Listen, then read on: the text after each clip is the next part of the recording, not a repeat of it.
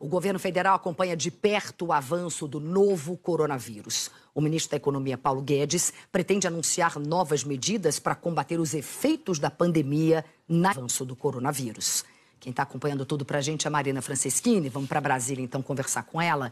Marina, boa tarde para você. O que você pode adiantar para a gente sobre o anúncio dessas novas medidas?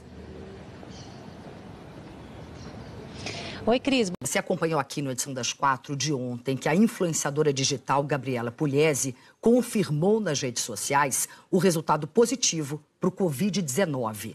A suspeita é que ela tenha contraído o coronavírus durante o casamento da irmã dela na Bahia.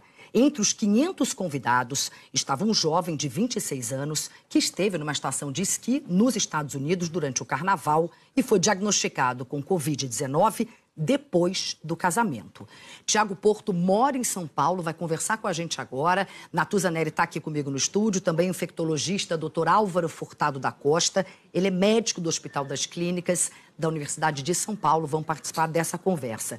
Tiago, boa tarde, obrigada por ter aceitado o meu pedido de entrevista. Primeiro, queria saber como é que você está, quais são os seus sintomas e qual é o tratamento que você está seguindo. Boa tarde, Cris.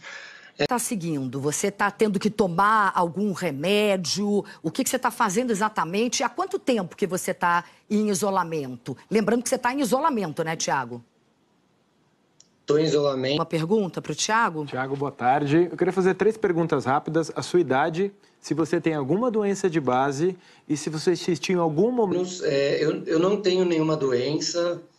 E até agora eu não tive nenhuma dificuldade de respirar. Eu tenho ficado bem atento para ver se eu consigo encher o pulmão, se minha respiração está normal. E até... Suas refeições, queria entender um pouco como é a rotina de uma pessoa em isolamento.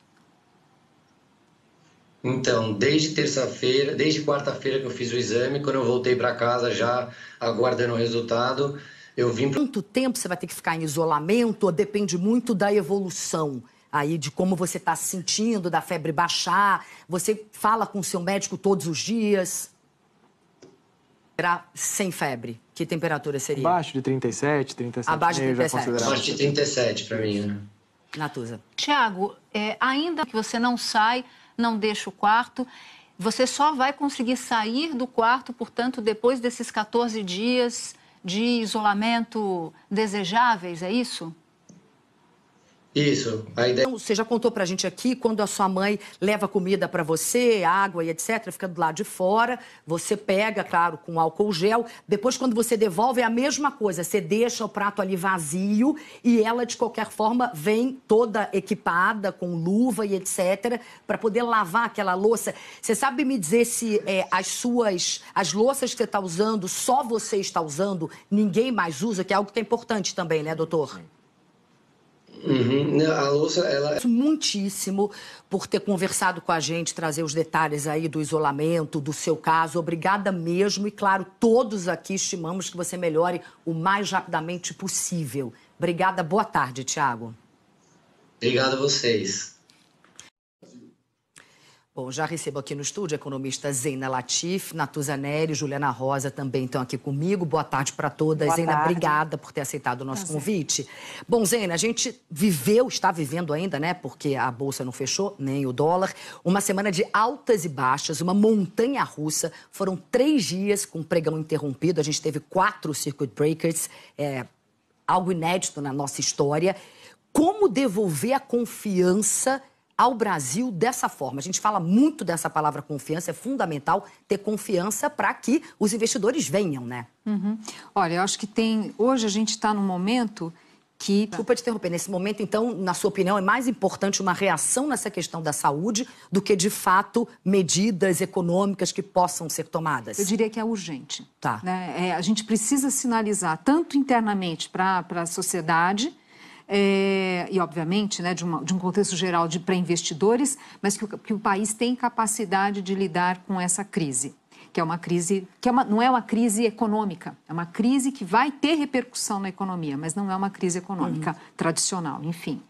É claro que, do ponto de vista da agenda... A gente viu que algumas medidas já foram ser anunciadas, mas o que a gente já tem de repercussão das medidas anunciadas ontem à noite? Então, o mercado financeiro deu um certo alívio hoje, logo na abertura, com as medidas que os bancos centrais lá fora estão tomando.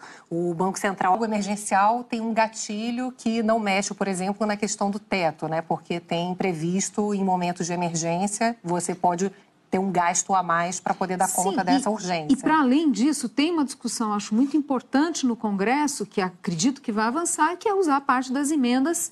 Toca num ponto muito importante quando você fala que quem tem 19 projetos, propostas ou reformas prioritárias... Ou prioridades, né? Não tem nenhuma. E aí, essa é a minha grande preocupação, porque além do aspecto da desarmonia entre governo e Congresso, que você também citou, há um outro problema. O Ministério da Economia tem batido desde o primeiro momento dessa crise que é preciso aprofundar a agenda de reformas. Mas esse também era o discurso